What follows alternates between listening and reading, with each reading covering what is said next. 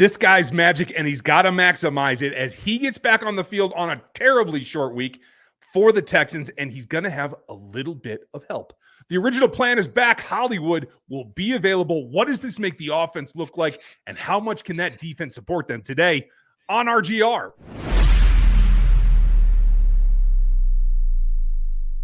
Welcome back, everybody. This is the game plan on RGR Football. We're going to tell you how this team can get a win against the Texans. It's been kind of a short week. It's been a really crazy week. A lot of things that are going to go into this game plan, and we're going to give you our favorites, our top 4 things. Number 1, Magic Mahomes just is impervious to pain, evidently. The magic tendons and ligaments, I think, in his body are probably the biggest thing. Looks like he's going to go. I don't see any reason not to. They didn't even put a designation on him on the final injury report, which means he should be back. But I hope number 1 for me is that Patrick has to be supported. He has to be protected. We'll go with Joe Tooney in. We'll see if that changes. But he himself has to protect himself. That's job number 1. Get the ball out quick, hit your back foot, and let it go. It's more on Patrick this week, I feel, in protecting himself and delivering the ball than it is on anybody else. If he can do that, I feel in the past when he's been injured, he's been a little bit more focused and able to actually carry out the game plan the way he's supposed to. So that's job number 1 for me. It's funny that you mentioned that because we talk about how he's missing guys wide open or he's forcing it down the field, right? At times where he's just saying, I need to force it downfield to make defenses respect it, even if it's not open. But he's been doing that at a high rate this year. So now you got guys open over the middle of the field multiple times. You had Xavier Worthy last week running on an out route, and you want to lead him upfield to the safety, but he's cutting it off so that he can be open. Like he's like, hi, I'm open guy. And sometimes it's trying to force it a little bit too much. So yeah, hopefully the injury will allow him to just settle in. And it's funny, when I went back to the games that he played in the postseason in 2023, the 2022 season into the 2023 beginning of the year. And I was like, are they going to change it stylistically with the game plan? And he dropped back 45 times against the Bengals. 45 times. So no, doesn't matter if his ankle's hurt. Doesn't matter what's going on there with his ankle. They're going to throw if it's the best outcome for them to do so. And with the scrambling stuff, Patrick is 7th among all quarterbacks in the NFL at average yards per scramble at 8.9. Hopefully he's able to do some of that because the Texans have allowed the 5th most yards per scramble this year at 9.2. I think that would be, considering the construction of their pass rush, it's very go get him. Will Anderson Jr. and Danielle Hunter make for a maybe not the most disciplined pass rush, right? But one thing that we've seen is disciplined pass rushes halt all of that. They just take it away. If you even go back to the Chargers game where he was pretty much stalled out for the entire game, he couldn't scramble. The one time that they didn't maintain their discipline, Patrick said, oh, hey, I'm going to go get the first down. So I think we're going to see some of that too, because he, again, does not feel pain the same way that everybody else does. So getting all of that into taking consideration, hopefully, like you said, his first point will be allowed to do that. Hollywood Brown's going to help that a little bit, right? Second point, because we're going to talk a little bit about Hollywood Brown, the construction of the offense. Juju Schuster's been playing too much, okay? He's at this point in his career, even 2 years removed from what we saw in 2022, it's not the same. Now you slot him down. You take Justin Watson, who again has been playing a lot. You slot him down, but you still have to work Hollywood Brown in. He's not going to be in football shape. He's been running, obviously. You're going to get him a few snaps here, there, but I think the very first, it would not shock me if the very first play of the game, Andy Reid comes out and he says, oh, DeAndre Hopkins, Hollywood Brown, Xavier Worthy, hey, and Travis Kelce. We're going to throw you guys out there right away, see what the defense does to that so we can get a better feel for how to adjust that throughout the season. So we saw one over route, catches it, falls on his shoulder. He's done for almost the entirety of the regular season. He's back. It's going to help, right? It's obviously going to help. You have Xavier Worthy still taking the top off. Without Mecole Hardman, there really has not been somebody that can help take the top off. Justin Watson's fine, but he gets bracketed too easily because he only runs like 2 routes. Like that's it. It's a deep shot to the middle or it's a corner. Those are his routes, and that's pretty much where he sticks with it until it breaks down. Hollywood gives you a guy who can take the top off. You have to respect his speed over the top, especially if you've got Xavier on the other side. It will give those safeties, if they start playing a little bit more cover 3, cover 1, that, oh crap, where do I need to go? So I think allowing that, if Patrick can once again take sometime they can run the ball a little bit more effectively. They can start hitting the quick stuff initially. It can force that pass rush to have to take a half second where he's going to be able to maybe take some, not a lot, just a couple shots downfield. If you close your eyes, this is what it was supposed to look like with Yeah. Hollywood and Xavier on the field together. Maybe it was Hardman, maybe it was Watson. Now, with the whole process that you had to go through to acquire Hop as well, on paper, you look at this and it's like, wow, this should be a wide receiver group that can do anything. Yeah. They get him into shape. I'm glad you mentioned that because it isn't going to be instant. What is going to be instant is they're going to have to rely on everybody else. Special teams has got to be better. The O-line's got to be better. You're going to have to continue to help Joe Thuney. I think Joe did an admirable job. Will Anderson isn't a week off. Is it as much as TJ Watt and Myles Garrett sandwiched between? No, he's not to that level, but he is still one of the best pass rushers you've faced all year, maybe outside of Trey Hendrickson. So, yes, you still have to give him that. And he's going to have to mess around with that. And that means timing, and it means you got to go to pops. Run the ball some. It can't be, if you look at the percentages, 37.2 on the season for Andy is actually a tick up, which I'm digging. It's almost exactly the same as the Texans. The Texans are going to run Joe Mixon at you. You have to have the answer. You have to go back to pops. And in particular, I think you have to run at Will Anderson. And that means Joe at the point, pulling Trey, crushing everybody in your way, hitting that off tackle, hitting some counter off tackle, and get the pitch game going so you can get outside on them as well. That will help Patrick.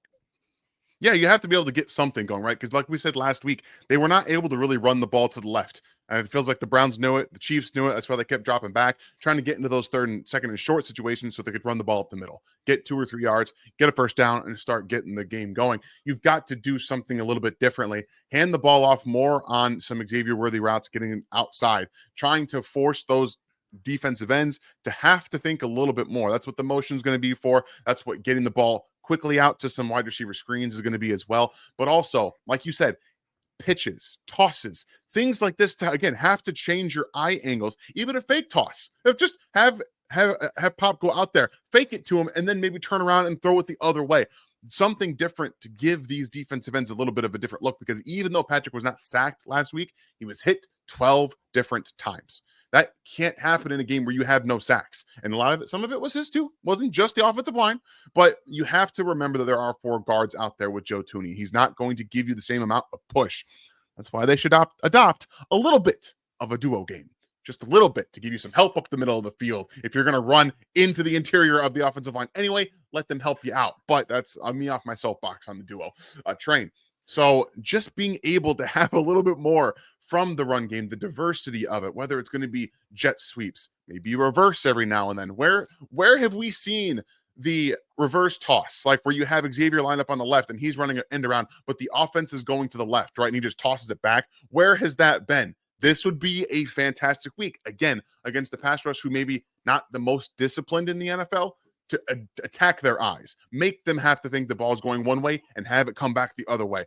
Use different things. So me off the soapbox on the offense. I want to take a quick segue to the defensive side of the football. The Texans' right and left guards have been one of the worst pairs in the NFL, giving up 10.5 sacks at right guard and 9.5 sacks at left guard. Guess who's coming to town, boys? Chris Jones and Charles Omenihu. Guess what? Kenyon Green isn't coming to help. He was one of the worst guards in the NFL before he got hurt. He is coming in as depth, even though he's going to be activated off the IR for them. He is going to be depth. They've moved their one of their right tackle initially. I forget his name. Tyus Howard back to left guard, and now they've got the rookie Blake Fisher at right tackle.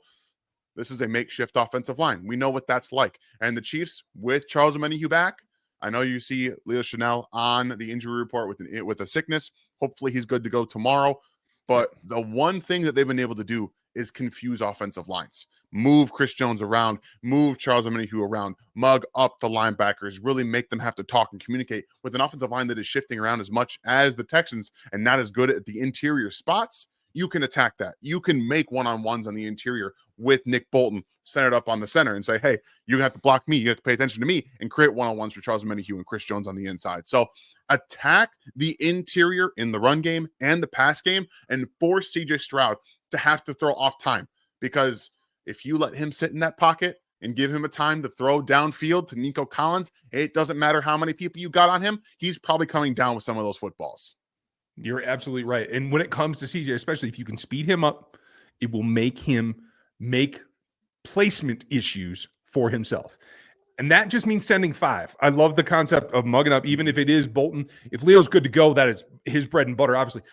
But if you send 5, it eliminates doubles, and you're going to get at least 2 guys that can beat their singles. That helps the back end, and that's what you have to do. It looks like a lot of reps this week, and I'm kind of excited about it, for CRW. And he says that he is getting the primary looks outside of Trent McDuffie, who was going to get some nickel as well. Yeah. I do feel like they're going to need to just shadow Nico Collins and just put Trent on him inside, outside all day long. I think that's the best way forward. So you can cycle in, whether it's CRW or maybe you give Najee some snaps inside as well. You're going to get Joshua as well. There's plenty of snaps to go around. And especially when you know that Chamari Connor's not going to make it for this ball game, maybe Pittsburgh, we'll talk about that in a couple of days, but you got to protect that with the safety play that you saw last week where angles were correct. You're making plays on the ball. You were communicating better. That comes down to Reed and Cook in particular. And then Hicks is going to be able, I think, to just be the blaster. Come down, let him play inside. I think that's the correct alignment to get the most out of this ballgame. You cannot forget about Tank Dell. I know that he hasn't been as explosive, but it's because CJ Stroud hasn't had much time. Like, they've been giving up sacks left and right, and he can't get the time to throw it downfield. Can't let them lull you to sleep with the run game. I know Joe Mixon's been limited in practice, but he's basically been limited for, I don't know, a month now in terms of his trying to get through every week, and he's had to deal with the brunt of that load as well. So they're going to run the ball. You know, Bobby Slowick is very predictable. He's going to still try to establish the run. I think this is the game where they have trouble doing that because the Chiefs have been so aggressive in every single game against the run. Sound run fits too. Like, they've been identifying how to be able to attack, which keys there are to be able to get downhill underneath. So I think that that's something also that they're going to take away from these Texans early and force the bulk of the work onto CJ Stroud and Spags. Last week, if you guys watched the defensive breakdown, I showed you how he was messing around with safeties. He was toying. He was creating simulated pressures and forcing Jameis Winston, again, who was going to give you some anyway, to give you even more than he was going to plan on that day. So there's a lot to go into this game, but you cannot forget about the most explosive player on the offense downfield, not named Nico Collins. You absolutely have to. So when you put it all together, it gives you a game plan that they have to be both wary of in protecting Mahomes and protecting Hollywood. It's nice that they're back, but they're not anywhere near 100%. So rejoice for a moment, but take care of them. And then you have to put it all together because you have such a short week. And folks, we are going to have content for you coming up to the Christmas Day game against the Steelers. Going to be epic. Hopefully something goes crazy and maybe the Bills stumble this weekend. We don't have to worry about it. We'll see. Yeah. But how do you see this one going? Yeah, I think this is going to be another slog fest in terms of close football. That's where the Chiefs are the most comfortable. If it's close in the fourth quarter, who do you think is going to win the football game? Patrick Mahomes and the Chiefs, because that's just where they live. That's where they're comfortable. And because of Patrick's, ankle, we'll find out how bad it is, how good it is. Maybe we're talking about nothing at the end of this game and he looks just fine. I don't know. All I know right now is that it was diagnosed as a high ankle sprain. So I think that they're going to incorporate a little bit more runs, quick passes. Still, if it comes down to 45 dropbacks, it comes down to 45 dropbacks. And he's going to put the team on his back in the fourth quarter, and they win 23-20. Okay. I like it. I'm going to give him a little bit of boost because I do feel there's opportunities here, particularly against the deep safeties on the Texans side of the ball that can be explosively eliminated. So I'm going to say you're right. It's close until the fourth quarter. And I do think we're going to start to see this team look like a playoff team and take that lead. In the end, I had this 27-17. The Chiefs get ready for the Steelers and go in with a little bit of confidence. Let us know what you think. Put your predictions down in the comment section. We would love to hear them. We're going to have all kinds of stuff for you. Look for some shorts this weekend. A couple of other little notes as we get ready. It's a lot of hecticness right here. If you're not ready for Christmas, I don't envy you because I'm done finally because we're going to be on this until Christmas Day. So thanks for that. Thanks to you. Merry Christmas and happy holidays from us to all of you and your families. Thanks for being with us. We'll catch you next time.